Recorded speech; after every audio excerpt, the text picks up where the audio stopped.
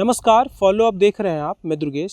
लोकसभा चुनाव 2024 का आगाज हो चुका है। आचार संहिता लग गया है। सभी पार्टी अपने उम्मीदवारों की घोषणा कर रहे हैं। हजारीबाग लोकसभा क्षेत्र से बीजेपी के उम्मीदवार मनीष जायसवाल और वही 2 दिन पहले जो घोषणा हुई कांग्रेस की तरफ से जेपी भाई पटेल का नाम सामने आया है। आपको मैं बता दूं, जेपी भाई पटेल पहले जेएमएम में थे, जेएमएम से बीजेपी में आए और बीजेपी से फिर इन्होंने कांग्रेस का दामन थामा है और लोकसभा जो क्षेत्र है पूरा हजारीबाग का, उसमें इन्हें टिकट दिया गया है। 2 दिन पहले जब ये आए, अंबा प्रसाद से इन्होंने मुलाकात किया, यशवंत सिन्हा से इन्होंने मुलाकात किया, नरसिंह स्थान में इन्होंने पूजा भी किया और हजारीबाग के जो कांग्रेस मैदान है, जो कांग्रेस ऑफिस एक तरह से है, वहाँ पे ये आए और अपने कार्यकर्ताओं से मुलाकात की। इनसे पूछे जाने पर कि ये अपने कार्यकर्ताओं को क्या कहते हैं, क्या कहेंगे, तो इन्होंने सीधे तौर पे ये कहा कि हजारीबाग लोकसभा क्षेत्र के एक एक कार्यकर्ता ही नेतृत्व करता है। आइए इन्होंने क्या कुछ और विशेष कहा है, सुनते हैं। यहाँ बैठने के बाद और जो चेहरे दिख रहे हैं, यहाँ कोई कार्यकर्ता नहीं, ये सब नेतृत्व करने वाले लोग हैं और इनमें कई ऐसे चेहरे हैं जो मेरा पिताजी के साथ भी नेतृत्व किए हैं। तो मुझे लगता है इन लोग के अगुवाई में और इन लोग के नेतृत्व में ही हम लोग इस बार हजारीबाग लोकसभा चुनाव जीतेंगे। जनता से क्या अपील करेंगे? निश्चित रूप से जनता से कहूँगा कि हजारीबाग बहुत दिनों से सांसद बहुत बार चुना, लेकिन इस बार का जो माहौल है, मैं अपील यहाँ की जनताओं से कहूँगा कि यह पहला चुनाव है। नाम का जेपी उम्मीदवार होगा, लेकिन एक एक जनता और इंडिया गठबंधन के एक एक कार्यकर्ता खुद प्रत्याशी के रूप में चुनाव में मैदान में खड़े हैं। और इस बार इस लोकतंत्र में आप देखे होंगे कितने बड़े बड़े लोग उतरेंगे मैदान में, लेकिन हजारीबाग की जनता समझ चुकी है कि हजारीबाग का सर्वांगीण विकास और यहाँ का माटी का बेटा ही इस लोकसभा को संभाल सकता है। इस उद्देश्य के साथ मुझे लगता है हजारीबाग लोकसभा के 5 विधानसभा में जो स्थिति नॉमिनेशन से पहले जो उभर कर आई है, मुझे लगता है एक ऐतिहासिक निर्णय हजारीबाग की जनता लेगी।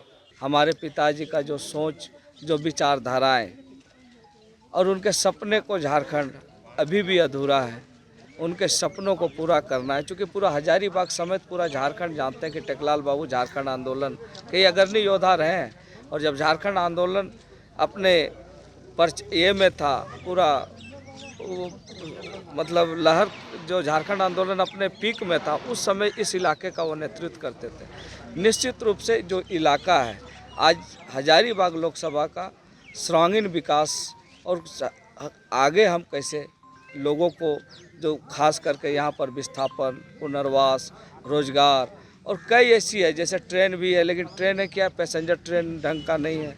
बहुत सारी चीज़ें हैं। लोग आज हमारे पास बड़ी बड़ी कंपनियाँ, इकाइयाँ हैं, लेकिन हमारे लोगों को आज कोई सुधि लेने वाला नहीं है।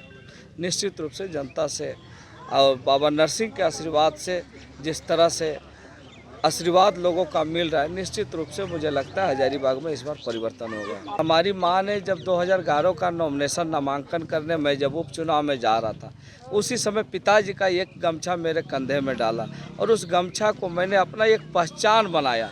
वो अलग बात है, लोग दूसरे चीज़ सोचे, लेकिन झारखंड में हरा का प्रतीक हरियाली है, इसलिए मैं वो गमछा को राजनीतिक में, जब भी राजनीति मेरा जिंदा रहेगा, जब तक मैं राजनीति करूंगा, वो हरा गमछा मेरे साथ रहेगा। जनता से क्या अपील करेंगे? जनता से मैंने कहा कि एक इस इलाके के टेकलाल बाबू एक बड़े लीडर थे, एक लंबा संघर्ष इलाके में रहा है और मुझे उम्मीद है कि इस बार की जनता, जो टेकलाल बाबू 2004 में गठबंधन के तहत गिरिडीह में लोकसभा में चुने गए थे, इस बार हजारीबाग की जनता जयप्रकाश भाई पटेल को अपना आशीर्वाद देगा और एक सच्चे जो वीर योद्धा थे इस मिट्टी का टेकलाल बाबू को लोग सच्ची श्रद्धांजलि देंगे। पिता के नाम पर मतदान मैं लोगों से अपील कर रहा हूँ कि उनकी सच्ची श्रद्धांजलि होगी, क्योंकि इस इलाके को उन्होंने सामने से देखा है।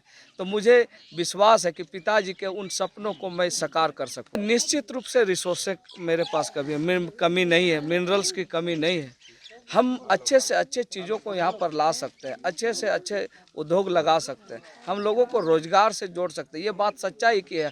कुछ इलाके जो है जहाँ पर खनन क्षेत्र है, फैक्ट्री है, उद्योग लगे हुए हैं, और कुछ इलाके जो हमारे सही माने में आज भी कृषि पर डिपेंड है, उनका आधार ही कृषि है, उनका जीविका, उनका जीवन सब। तो वैसे इलाकों में भी हम कैसे लोगों को अच्छे से अच्छे सिंचाई उपलब्ध कराएं लोगों को, और हम सिंचाई की व्यवस्था के साथ उस क्षेत्र में आगे बढ़वाएं, लोगों का कैसे अपना रोजगार हो सके अच्छा से, ये प्रयास रहेगा।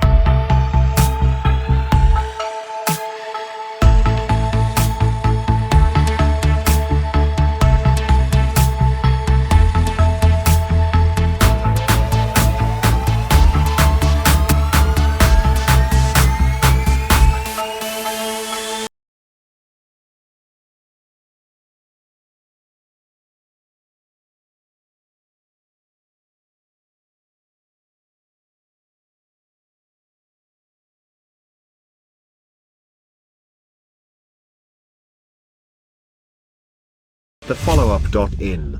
Like, share, and subscribe. www.thefollowup.in